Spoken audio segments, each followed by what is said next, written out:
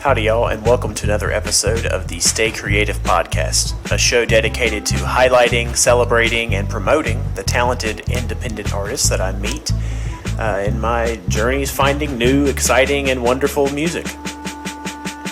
Through making this show, I have strengthened an existing belief that you can't have a conversation with a creative person about the art that they love without picking up some of what it is that they love about it.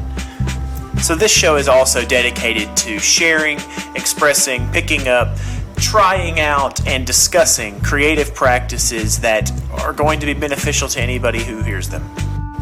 Today we're going to be talking to the guitarist and composer of a metal band called Sumptus Ignis. He goes by Wojo.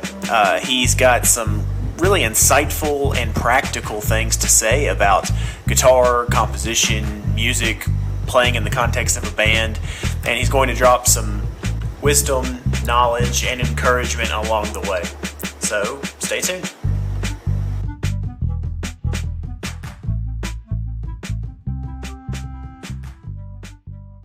Very first, man, we want to get into the past of Wojo, the past of the man behind the unlimited string guitar that you seem to sport. So tell me some about yourself. Where did you grow up? Born and raised in Pittsburgh, Pennsylvania. Moved to the Florida Keys at age 11, roughly. Yes, I'm a Yinzer. I grew up in the Keys from like 11 to 21, then Indiana for a couple of years, and back to the Keys, and then Central Florida is where I'm currently. Yep, just about 45 minutes north of Orlando, just outside the city. Awesome. I have been to Florida enough to know where Disney World is, but that's about it. So where you are you close to the shore? Are you close to the beach? I'm literally in the very center of the state. East, west, north, south, like right in the very center. Probably like also 45 minutes from Disney. Oh, gotcha. Okay. I know that one road. Then I know around where you are. That's crazy that you live in a state pretty much synonymous with beach trips, but you live as far from the beach as you can. Yeah. in that place.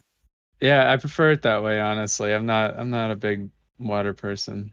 Oh yeah, I've had that beat out of me in the Keys. I avoid the sun and the water.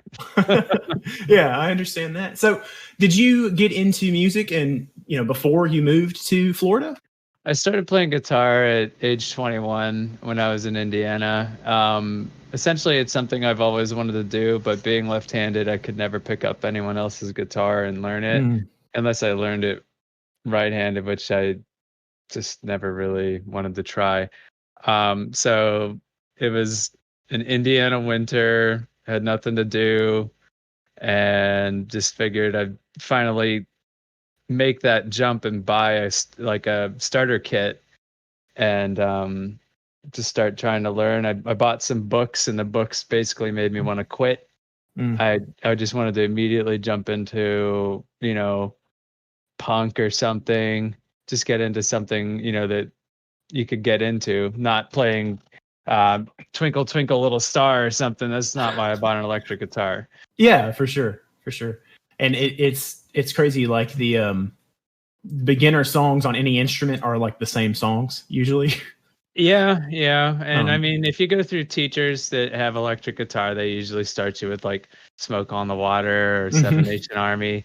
Those are go-tos for sure. But I had it in my head I'm going to do it right and buy the book. And to me, that almost killed it for me. It was just too clinical, I guess. Yeah, that makes sense. Yeah, there's a distance from like the passion of it. Yeah, exactly. Yeah, I understand that. So you said you kind of wanted to jump into making some other kind of music. Who are some of your earliest influences as far as people who made you want to pick up guitar? Oh, well, as I've talked with you, Alkaline Trio was one of the biggest that got me wanting to. Those are kind of like the beginner songs that I learned. They're very simple and mostly just power chords. So, once you learn that, and then of course my heart always lied with metal. In Flames is probably the band that made me most want to play guitar. And I I've been a steady fan of In Flames for, I don't know, close to 20 years, I'd say. Stumbling upon that band within the last just few years, their drummer is absolutely on point too. Because I watch live playthroughs of their songs, where the drummer is heavily featured. So metal in every way possible, I guess, like really speaking to people who want to get into that kind of music from any instrument's point of view. But I had no idea they were, at least 20 years old as far as active. They actually have a 20-year anniversary of their album Clayman this year. I think they're re-releasing the whole album this month. Oh wow, that's awesome. That was a lot of the old fans of In Flames. They feel that was like one of the last good albums. Because they went through a lot of change over the years, as you'd expect. But that was like all the old people that are very stuck with the, they changed too much. That was kind of the turning point.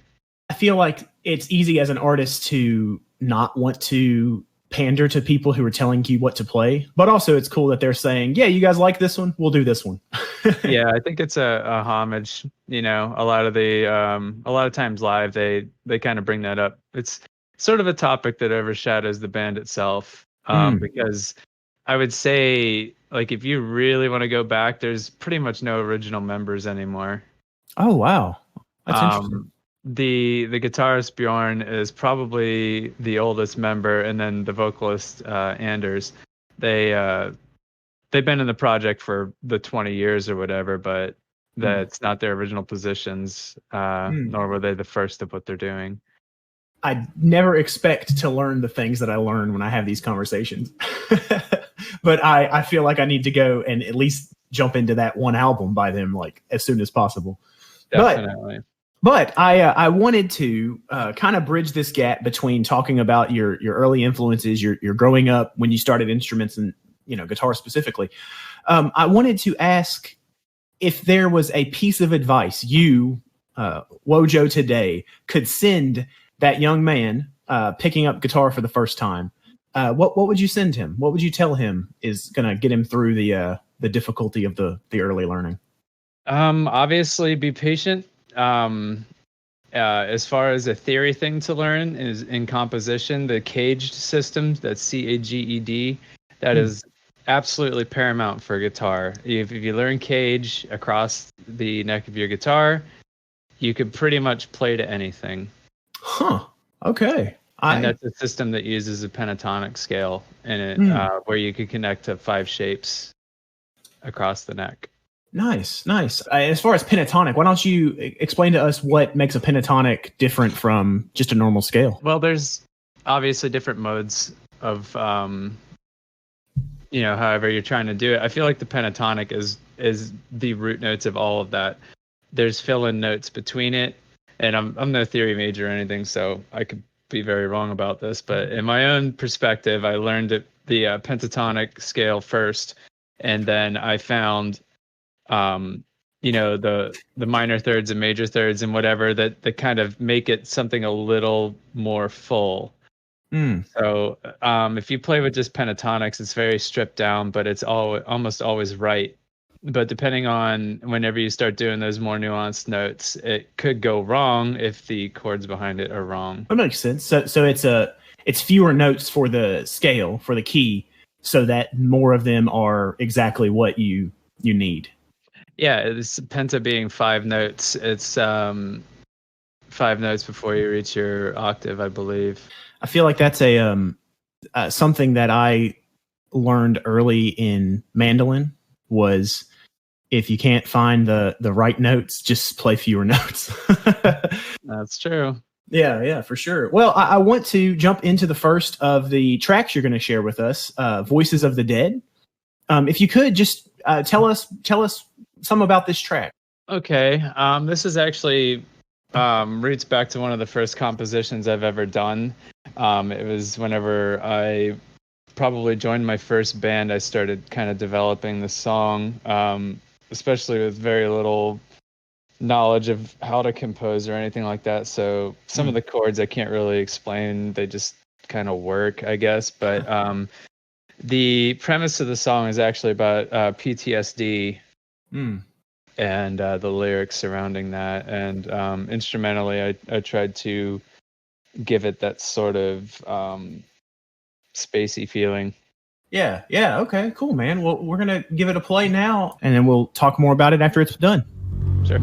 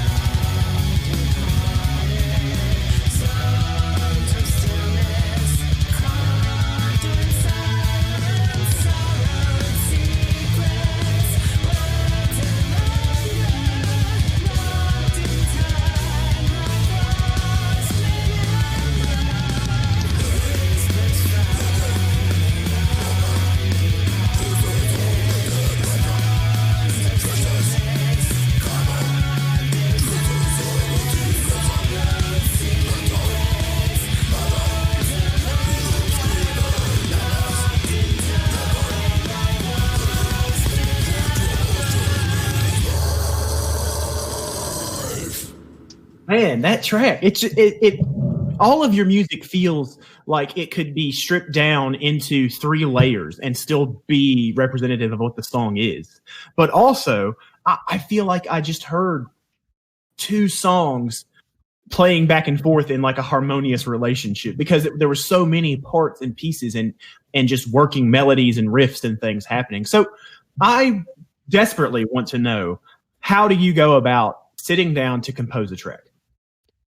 A lot of times it's just feeding off of an inspiration and trying to continue that thought process, and kind of deviate slightly on parts and then find ways to connect them. And then there's other times where I'll just kind of have like a bucket list sort of thing, like adding in an odd time signature or doing a really drastic tempo change, and then I'll write that part and then I task myself with how am I going to make this cohesive.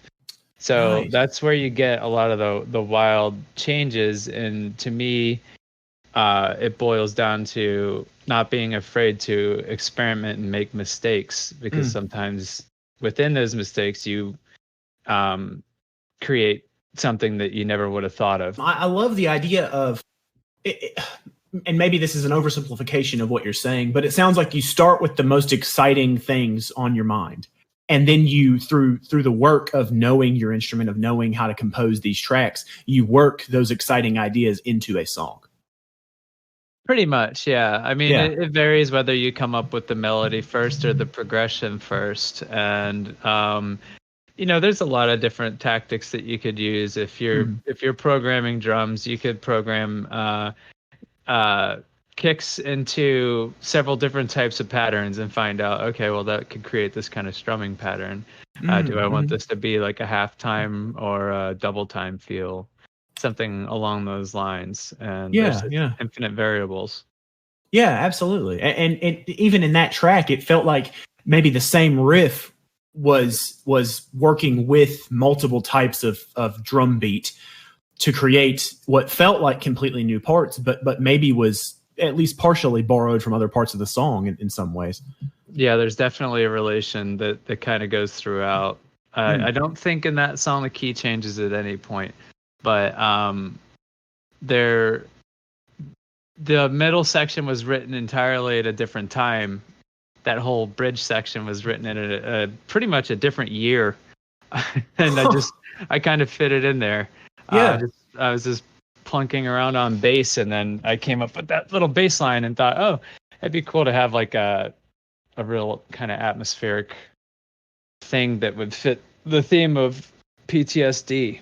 Yeah. That's excellent. So, I mean, maybe you don't remember exactly how long, just if you consider the day you wrote the first riff of this song and the day that final part was added in, like how long did creating this song take? About 3 or 4 years. That's excellent. I feel like that is a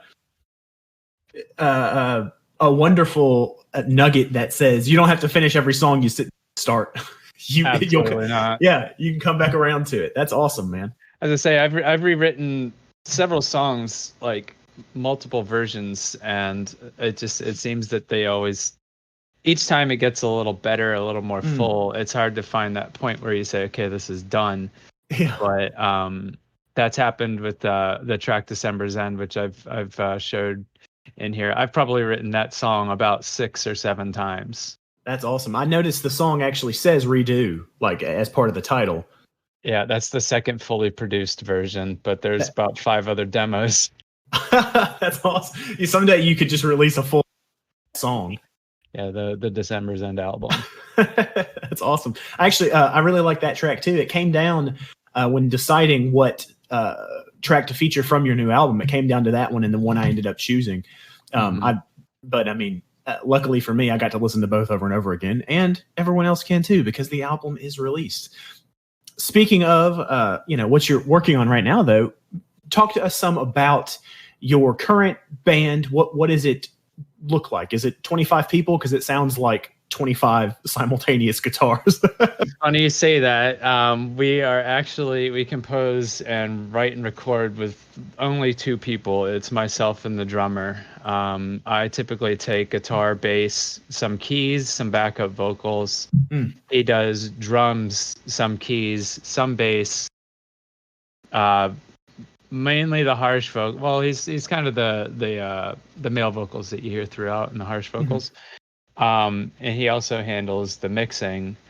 And we also live across the state from one another, so we do everything online. Yeah. Dropbox band, right? Exactly. Yep. And his wife is the female vocalist. Oh, nice. Okay. Man, that's fantastic for such a compact operation. You guys really achieve a magnificent level of just like sound fullness. I really like that. That was actually something that we really strived for, because in our last band, where I met him, it was a 5-piece, and anybody who's been in a band really understands that it is so hard to get people on the same page and the same levels of dedication and things like that. So a lot of times you'll have people that just didn't want to go to practice that day or that week or that month, and then it's like 3 months pass and they're not rehearsing or contributing in any sort of way. So that 5-piece diminished down to a 3-piece, and we wrote a full album as a 3-piece, and then the vocalist decided that they couldn't do it anymore, which left me and the drummer Bryn to create our project that we wanted to not really have a constricting, a restrictive sort of dynamic where it's like, well, there's only 2 of us, so we can only record what we can actually do live, because then it would really, you wouldn't be able to accomplish your vision in that sense. Yeah, absolutely. You can't harmonize your guitars unless you have a pedal, and you can't have backing parts. We wouldn't have a bassist, and it just wouldn't work. Yeah. I agree completely. I've certainly seen 2-man metal projects that could fill a room, but what I'm hearing sounds absolutely worth the time and dedication and layers that you guys put into it. It's really good. Oh, I appreciate that, man. One thing I wanted to revisit what you were just talking about. Your current male vocalist is your backup vocal. Like, isn't the guy that is supposed to be doing it so much? I'm sorry. The drummer is the main vocalist, and he actually can drum these parts that you hear and sing at the same time. He's ridiculous. This is the funniest thing, because when we actually do get to rehearse in person and we had our set list, he would be reading a book while he's drumming. Like, it's that boring to him. He's blast beating and just reading a book. That's ridiculous. His brain could split into like 5 different tasks and do all of them at the same time. That's fantastic. I just can't believe that the vocalization I'm hearing on that track just now wasn't the original wasn't the vocalist the band was built around. It's got such power and just, I don't know, control over those harsher vocal styles that I've heard bands that do not come near to that. And the idea that he's also the real drummer and apparently a scholar of the band. Yeah, he is a bit of a novelist in that as well. He's a big bookworm, and he writes all of our lyrics. He's very eloquent and really good with words. So I think the only song that I really contributed lyrics to was like Fire at Will. Yeah, gotcha. I was gonna try to play on Tuesday for you guys, but it's a very optimistic song about genocide. Oh my. I found you can make anything into a toe tap if you just use the right scale, right? The right chord progression. Yeah, that's true. When you sit down with a just kind of a first idea, you've talked about your cage guitar method, sticking to pentatonics and things like that. How do you go about bringing a full track to life? And specifically when the ideas aren't coming as naturally. Well, a lot of times it comes to muscle memory and just kind of, I don't like to make everything sound the same. So a lot of times I will try alternating the tuning or just play it on a different guitar. A lot of times just slight tone adjustments will give you a different idea. Yeah. If you just kind of back your distortion off a little bit. What if I try this chord in an open chord rather than a power chord? What if I play it as an arpeggio instead of strumming? These are all different things. What if I chop the last half a measure off? You know, these are all little things that could kind of just give you that different, that alteration in your song that keeps it from going stale. You referred to a bucket list, but also a toolbox, you know, and you know how to do these things, you know how to try these sounds, and you just start putting them together like little Lego monstrosities until they...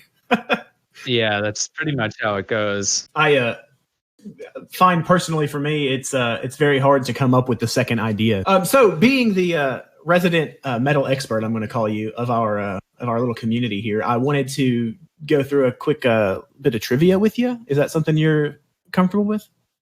Sure. I'll try. Okay, awesome. So this is some very metal specific trivia I have planned just for you. We are going to discuss which of these metals are heavier. God. First question: copper, gold, or Black Sabbath? I'm gonna go with gold. Hey, that's the right answer. Oh my goodness. Are you cheating? Did you Google it? Maybe. I might have. Awesome. Second question. You're 1 for 1. This is already shaping up well. Platinum, zinc, or Metallica? Platinum, zinc, or Metallica? I mean, Metallica is very influential, pretty heavy, pretty dense, but Platinum's pretty amazing itself. So I'm going to go with Platinum. Awesome. Scientifically correct once again. Last question I have for you here in our trivia round is, again, we're going to discuss the weight or the density of these metals. Argon, tin, or In Flames? Oh, you're going to tease me like that? I gotta go with In Flames. In Flames we trust. In Flames we do trust. That was a trick question. Argon is not a metal, but I'll give it to you because In Flames was the right answer anyway. Awesome, man. Thank you so much. I wish I did that good in school. Yeah, right? Howdy again, y'all. It's T-Rex Jones, your host, your biggest fan, and someday the drummer in your band, more than likely. I just wanted to check in and let you know that you can find all the essential links for the show in the link tree that will be in the show notes. These links include links to each of the people who have used their time and their resources to sponsor or support the show. It is only by their means that the show is getting to the number of people that it's able to get to. Included in the links is how you can support the show through your own time or resources, or contact me so you could be a future guest on the show. There's no creative insight either from the newest creator or the most experienced expert that isn't going to be helpful for the people who are looking to enhance their own relationship with creativity. But honestly, just the fact that you are currently listening goes a long way.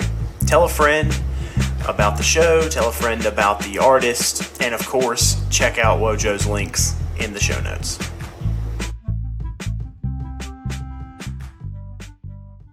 I'd like to move into the section of my questions, just generically listed the future. And I think the bridge into the future from where we are now starts with why you make music at all. What is it that you are trying to accomplish in your own life or in the minds and hearts of your listeners that makes you write songs? I think it's really just kind of this itch that most musicians that compose do have, and it's the last thing on the mind is the money. I just want my creative visions to be heard. I want people to be moved by them in one way or another.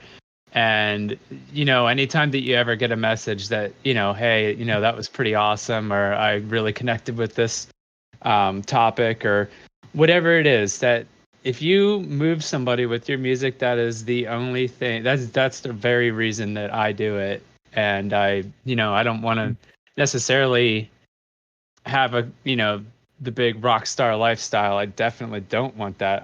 I would like to be successful with my music, but more so for for inspiring others, and just doing the best that I can personally with creating what's in my head tangibly, I suppose. I think that's a noble pursuit, the ability to turn your internal thoughts and feelings into external shareable sounds or words or ideas. That's awesome, man.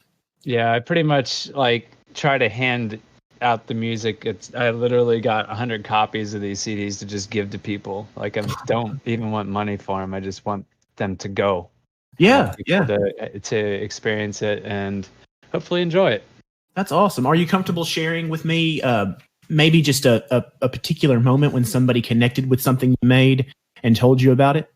Yes, actually, this just happened. It was an amazing thing to wake up to, but obviously our sound is very sort of European influenced, and I got a random message on Bandcamp from somebody in Actually, it was on Facebook, but they said that they picked up the album from Bandcamp, and that the song "Rumors," a good segue, was one song that really kind of resonated with them, and they asked what we were influenced by, because they could hear a lot of different sounds within that song. Yeah. And just some person that we don't know at all in another country actually, heard it and then got on a different platform to contact us and be like, hey, this is really cool. That blew me away. I was really Bandcamp, I wouldn't really expect that from too. I don't know how many people actually browse Bandcamp, but that's where it happened. Man, that is awesome. And specifically having somebody from the motherland of metal contact you to say your metal is good. That's a special thing. That is very special. That's fantastic. I want to ask, what is next for you as an artist? And also, how do I say the name of your band? It's Sumptus Ignis, and what it means is Latin for the cost of burning. It's really a metaphor on hedonistic lifestyle. You pay with your vitality for a good time. Oh, yeah. So what is next for you and for the band? What's next is, of course, kind of been trumped by 2020. I was putting plans into getting into live shows. I'm trying to acquire the gear for backing tracks, and I'm trying to recruit musicians that would be willing to learn and possibly become full members of the band. So yeah, it's too much for two people to be doing. Not to mention, if you go to a live show and more than half of the stuff's being backed, they might not like that very much. For sure, yeah. Or you have to watch the guitarist play the song 3 times before the song starts because he has to pre-record the loop the things. Yeah. I had the crazy idea to do that when we down to a trio with my old band. I got a looper pedal to do harmonies on second passes and stuff. Nice. That's awesome. Yeah, more trouble than it's worth. Oh yeah. Well, I was going to ask, did it ever work out for you? I guess not. No. Well, awesome, man. I want to, before we get into the last track we're going to play, I want to ask you for a specific homework assignment for our listeners. For me specifically, I find I get into things more fervently when someone who loves them suggests them to me. So tell me, album, book, movie, video game, TV show, whatever, something that I should experience. Oh man. Okay. Well, with the the theme and the sort of inspiration that I go for, if you want music that kind of takes you on a journey, very it's the best of extreme metal mixed with fusions of jazz and anything that you could really imagine. There's a album by Ni Obliviscaris. I'll type that out. It's called Citadel, and these guys, their average song length is like literally 12 to 15 minutes.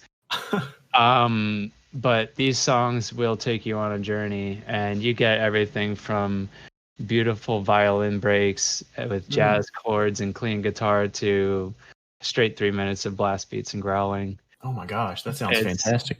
It really is. It's kind of deep in the genre. It's extreme for sure, but it's something that is really good for inspiration for if you want to try to have creative breaks in your music and fuse different genres. Awesome.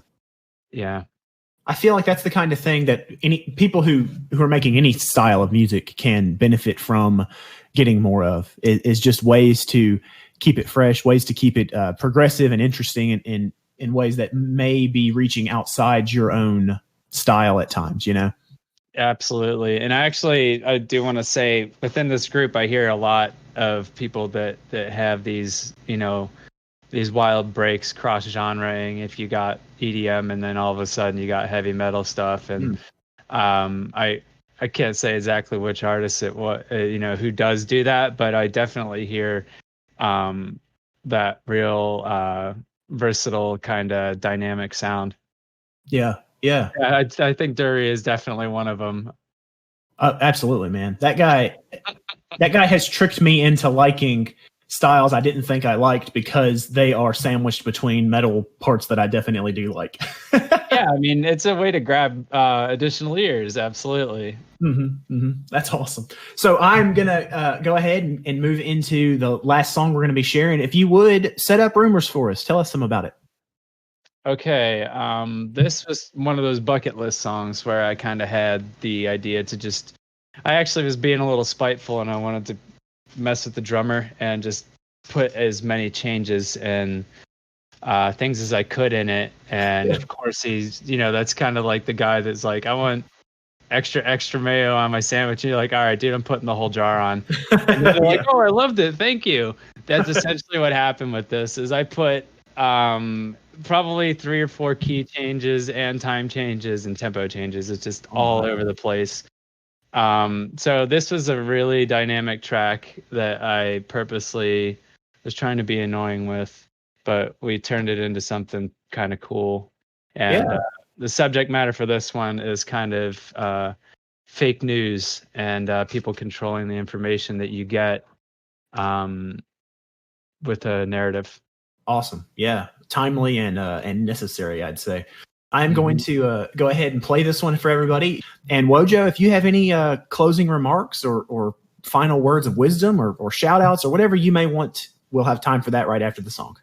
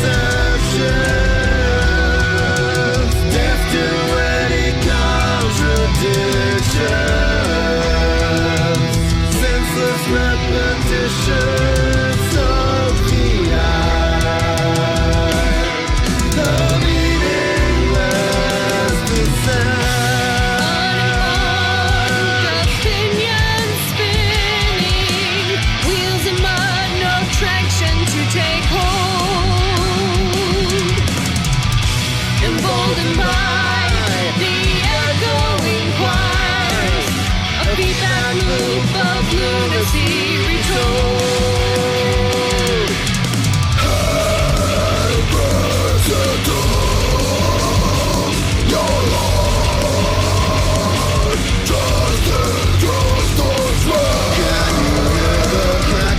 Rumors multiply in the night.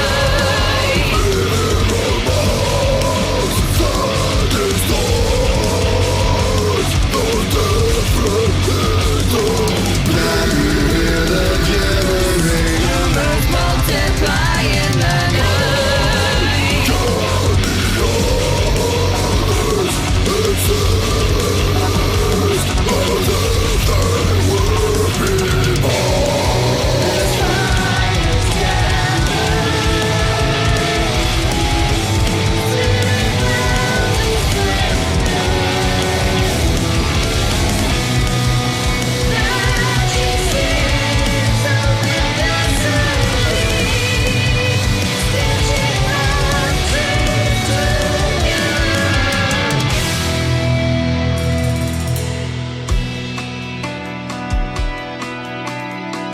There were no civilians in information warfare.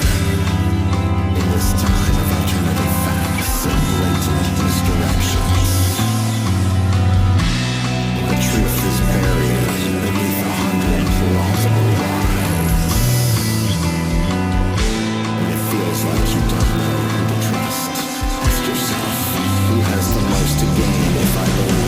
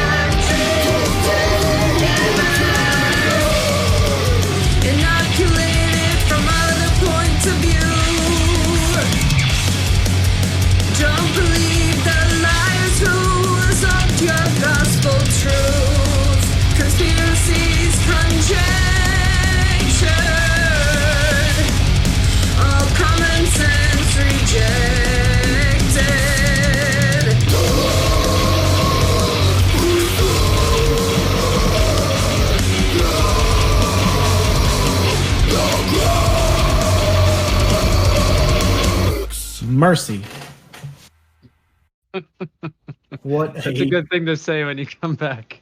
Yeah, what a jam. I really love that, man. How does that look whenever you send it over to your drummer? I write out all the notes. So we both use Reaper, and basically I get all the time codes for every change that I do, and I give him the exact like millisecond of when these changes occur, and I just send him all my stems and everything that I've done, and I usually will program drums to record to that and make it kind of tighter, and then I'll delete the drums and send him a drumless track so that I don't sort of influence him. I want his parts to be 100% his. And a lot of times with the subject matter that gets generated is placeholder titles that I'll give songs. And the reason that this one is kind of funny is because we actually got one of our very first like hate comments, I suppose. What was it? I can't remember exactly what song it was Heartstrings Black. It was a song that I promoted, and it was Crusader. Somebody goes, rah rah rah, it's all just a bunch of, it's not music, it's just rumor. It was broken English, obviously, so it kind of became this joke that it's just rumor. And so I started alternating my placeholder titles with famous songs, but using rumor instead of a keyword. So this one was 10,000 Rumors in the Air, which was obviously a play on 10,000 Fists in the Air by Disturbed. And Bryn just rolled with it. I didn't expect him to craft lyrics around a joke so much. Yeah, that's awesome. If you had any place you would like us to go and follow you online, or things that you would like to draw attention to, or anything like that, this is your moment to do so. I would say that our primary focus, which is not smart, but it is on Facebook. We don't really do much with Twitter. We do have an Instagram. Occasionally we try to put little riff videos and things on that, but pretty much anything that we create goes Facebook and YouTube. We use DistroKid, so all of our stuff is dispersed onto your major streaming services. Yeah. Spotify, iTunes, Apple, blah, blah, blah. So that's where you can find all that. Something else I'm affiliated with is called Shedrat Industries, and this is it's a collective, not much different from IMF here, but much, much smaller and not as diverse. And not nearly as active, which I'm very glad to be here, but it's kind of, we do collaborative things like the shred offs and little cross collab covers and even original music. Nice. So that's also on Facebook. If any of you use Facebook, which I understand not everyone does, Shedrat Industries and then Sumptus Ignis. Yeah, awesome. I'll be sure to provide essential links and stuff in the notes of the released version of the interview and stuff. I had a lot of fun with this. This has been really good, kind of talking to everybody in more of a real time and being heard. So I appreciate everyone being here to listen to what I have to say. Awesome, man. Well, I'll talk to you soon. Yeah, thanks, man. Peace. Thanks so much for listening to the first episode of Season 2 of the Stay Creative podcast. I am really excited for the artists that I already have booked over the next 3 months. Release times will be a little different. I'm going to record every week live and release every 2 weeks. This will give people more time to listen to the content that is provided, check out the artists that we interview in more depth. But also, I wanted to incentivize people to come and check out the live interviews. So come over to the Indie Music Feedback Discord server. Every Saturday morning, 11 a.m. Central Time, I'll be doing an interview with different artists. This coming week will be Sims. He is a hip-hop artist that will drop your jaw. It's amazing what he can do. I am very excited to share more time with you soon, and I'm grateful for your time this week. Until next week, stay courageous, stay curious, and stay creative.